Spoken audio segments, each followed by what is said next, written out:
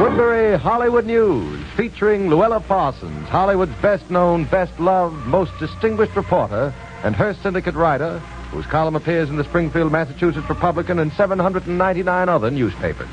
Miss Parsons' special guest this evening is Joan Crawford, brought to you by transcription from New York by famous Woodbury Facial Soap, true beauty soap for the skin you love to touch.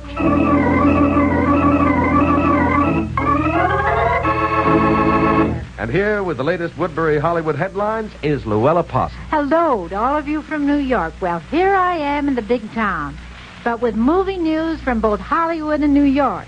My first exclusive. The Frank Sinatras are expecting another baby in late May. Well, this ought to put an end to those silly rumors that Nancy and Frank are separating. My second exclusive. Gene Tierney and Ole Cassini will announce their reconciliation any day. They are together constantly and almost daily visit their child in the country. My third exclusive. Patricia Knight, Mrs. Cornell Wilde, has taken an apartment here in New York for an indefinite period. Pat admits Cornell won't be here until February. They parted after a terrific battle. What, again? Attention, Floyd Binford, Memphis censor. Lena Horne, one of our foremost Negro singers, has been invited to give a command performance for the King and Queen of England. Well, Mr. Binford, maybe she's not good enough for Memphis, but she's good enough for all of England and for everybody in America, excepting Memphis, I might say. I hear from Mexico, but I have been unable to verify this report, that Ray Hendricks, Lorraine Day's ex-husband, was married there 3 weeks ago to Dorothy Bell, famous pilot. Ray's divorce will not be final until November 20th, so he will be remarried then. About the same time, Lorraine and Leo DeRoche will go through with the marriage ceremony, their second. Just a few hours ago, Clarence Brown, noted director, was married at Port Washington to Marion Stees, his former secretary. His boss, Nicholas Schenck, was best man. Mr. and Mrs. Brown will honeymoon in Europe. I'm sorry to say Bobby Jordan, former dead-end kid, undergoes a very serious operation tomorrow. Bobby was injured 3 weeks ago when an elevator dropped 6 stories and hurt his leg and back, and he's been in the hospital ever since that time. Helen Walker is marrying director Lucky Humberstone in Mexico in about a month. Helen is the actress who was cleared of manslaughter charges following an automobile accident in which a GI hitchhiker was killed. Wonderful news right from Charlie Correll, Andy of Amos and Andy. He telephoned me from Hollywood just a few moments ago that Mrs. Correll expects another baby in May. It'll be their 5th child. What a wonderful family. Did my heart good last night to see the ovation my star reporter received when he went to see High Button Shoes. The audience stood as one and cheered him. I am, of course, referring to Mr. Robert Hope, who is covering Princess Elizabeth's marriage and the command performance given by Hollywood stars for you and me on this show 2 weeks from today from dear old London. Countess Dorothy DeFrasso is in the chips again. She has gotten back all her money that was confiscated in Italy during the war, and she has invested in 2 Italian pictures. I've never known anyone who has the knack of getting in bad like the Countess. Everyone resented the crack she made when she was interviewed about Bugsy Siegel's murder. After all, Dorothy is an American, and it's not very nice to criticize your own country. When I printed that Lana Turner's date was off with Tyrone Power and that he would not be back in this country on November 14th, everyone started saying that their romance was over. It isn't true. Tyrone gets back in 2 weeks, and let me say, wherever Lana is, he will head straight for her. Here in New York, the talk is that Donald Nelson was secretly married to Valerie Rowell, English actress, 2 weeks ago. But this, Donald is denying. But if they're not married now, I bet a cookie they will be soon. Last week, I printed in my column that George Pal was really going to use an unknown girl in his picture. Well, I've been simply deluged with letters, photographs, and telephone calls. So I want to say right out loud here, where you can all hear me. Much as I would like to help each one of you to get the job, I had nothing to do with Mr. Pell's movie, nor with his selection of an actress. Peggy Ryan, who in private life is Mrs. John Cross, is expecting a baby. Why, just a few years ago, Peggy was a baby star herself on the Universal lot. Charlie Spivak, the band leader, will marry his vocalist Irene Day next week. The ceremony takes place in Minneapolis, the bride's hometown. That's my wedding news. What's your Woodbury wedding news, Ben Graw? Ben, you know, it's very nice to have you here with us.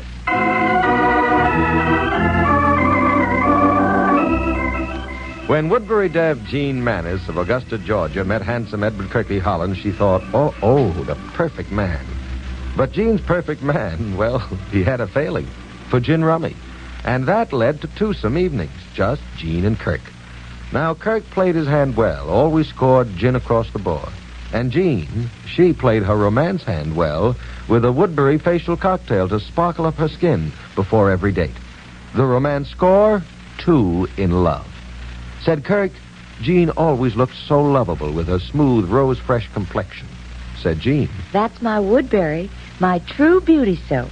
It helps skin stay the softest, smoothest. Here is Jean's Woodbury facial cocktail. First, cream on the luscious, rich lather. Woodbury mild, Woodbury gentle cleansing. Then double rinse, warm and cold.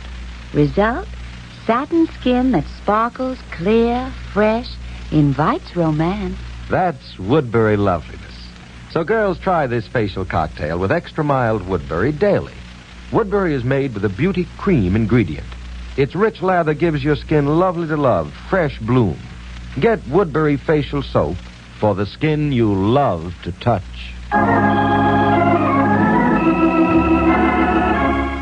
And here's the editorial feature.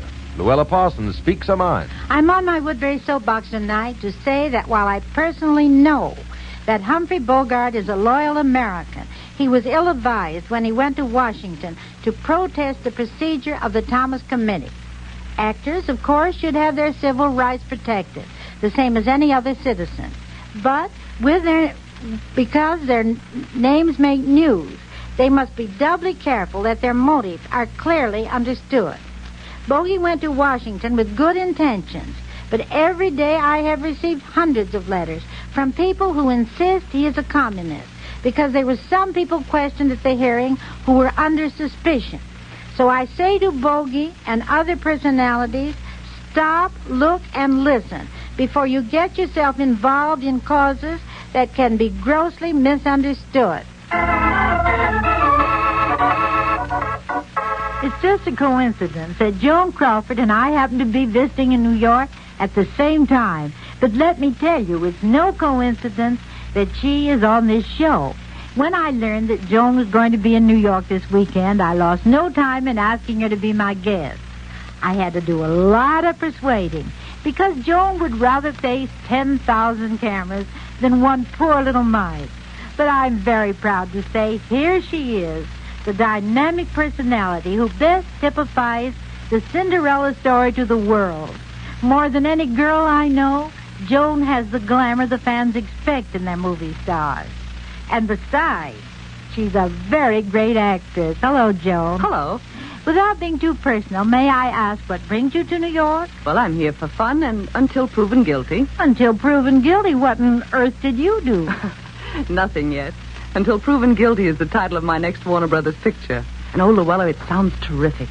Ben Hecht and Charlie MacArthur wrote the play originally, and I'm here to confer about it. Hey, that's not what I came on this show to talk about. No. Oh, no. Come on, where's that Woodbury soapbox of yours? It's not often that somebody like me gets a chance to sound off. I've got a subject I feel deeply about. Oh, Joan, is there anything you don't feel deeply about? Well, now that you mention it, I guess there isn't. But, Louella, honestly, I do want to answer the one question that so many girls write me about. What's that, Joan? Well, they write me about the whole big subject of whether or not to become career women. Those poor little kids just starting out, oh, golly, I can't exaggerate how mixed up they are about it. Why? What do you think mixes them up? What mixes a woman up on anything except men? I think it's a crying shame that so many girls let themselves be scared out of self-improvement and success by the same old sly masculine line. Well, there are quite a few sly old masculine lines.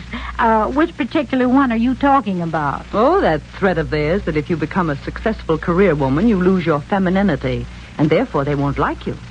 Oh, what a lie that is. Louella, look at you. I will not, particularly if you want to use me as a horrible example. Well, you know, I was going to say nobody could be more feminine than you are. And that same thing goes for practically any big career woman you can think of in any line. Like Mrs. Roosevelt, or Claire Booth Luce, or Helen Hayes, or Ingrid Bergman. Oh, now calm down, Joan. Calm down. Okay, kid me. I warned you how I felt on this subject. But I do want to assure the girls that there's so much less danger in going ahead improving themselves than there is in lingering behind while your dream boy goes ahead somewhere else to somebody else. But, Joan, not all girls can become glamour girls like you. Oh, yes, they can, Louella. Believe me, if starting with nothing the way I did, I become the kind of, assembly job that's tagged glamour, then any girl can do it. Maybe you'd better explain what you think glamour is, Joan. In my opinion, it's discipline. Discipline and applied art. I think it's an inner glow, too, don't you, Joan? Mm-hmm. You're quite right. But that inner glow comes from discipline, too.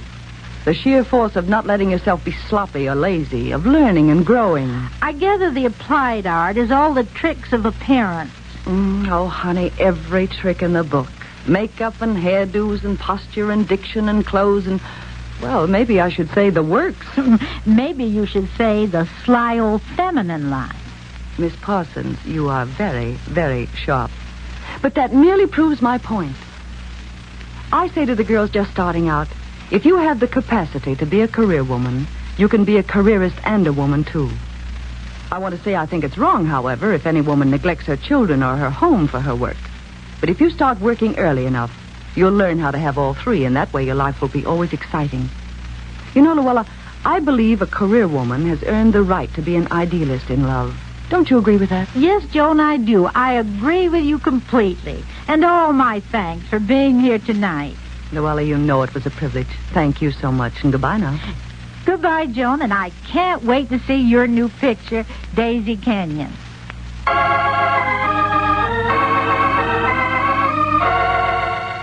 Girls, dreaming of a certain man, wishing you could find the spark that invites and keeps romance. Well, marrying Deb, say men fall fast for radiant, velvet-smooth skin, Woodbury Soft. You see, Woodbury contains a rich beauty cream ingredient. It's different, extra mild. So smooth on this luscious, creamy, rich lather. Watch your skin bloom enchantingly fresh, make you adorable and adored. Try Woodbury Facial Soap, true beauty soap, for the skin you love to touch.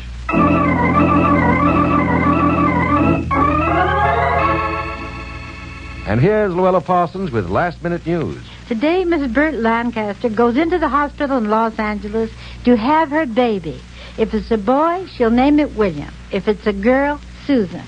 It's just been revealed that Ma Hardy, Faye Holden, has been suffering from glaucoma, a dangerous eye disease. She almost lost her eye, but the doctors today told her her sight would be saved. Dorothy McHale and her husband, the Orchid King, are as happy could be, and you needn't believe any reports to the contrary.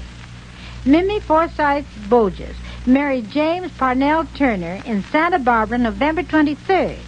She's the ex-wife of producer Ben Boges, who is now married to Dolores Moran. When Miriam Hopkins' husband, Ray Brock, a few days ago left for Europe, it was goodbye to their marriage. He goes to France and the Balkans on a writing stint. Next Sunday, same time, same station, another edition of Woodbury Hollywood News, featuring Louella Parsons reporting up to the second movie headlines direct from the film capital. Until then, this is Louella Parsons saying that's all for tonight. But I'll see you next Sunday when my guest will be that beautiful and popular MGM star, Greer Garson. And I'll see you from New York again next week. this is Ben Grauer saying goodnight for Woodbury Facial Soap, true beauty soap for the skin you love to touch. Oh, that's stretching the truth to say I look like a 16-year-old girl. But it's certainly true that Mrs. George Hill of Green Bay, Wisconsin, got compliments often after using Woodbury Special Dry Skin Cream nightly. As she said, My dry skin seems to drink up the richness of Woodbury Special Dry Skin Cream. Tiny lines look softer. My friends say I really look younger. Woodbury is rich in lanolin's beautifying benefits, has 4 special skin softeners to smooth and freshen. Get Woodbury Special Dry Skin Cream now. Joan Crawford was presented by transcription. This is ABC, the American Broadcasting Company.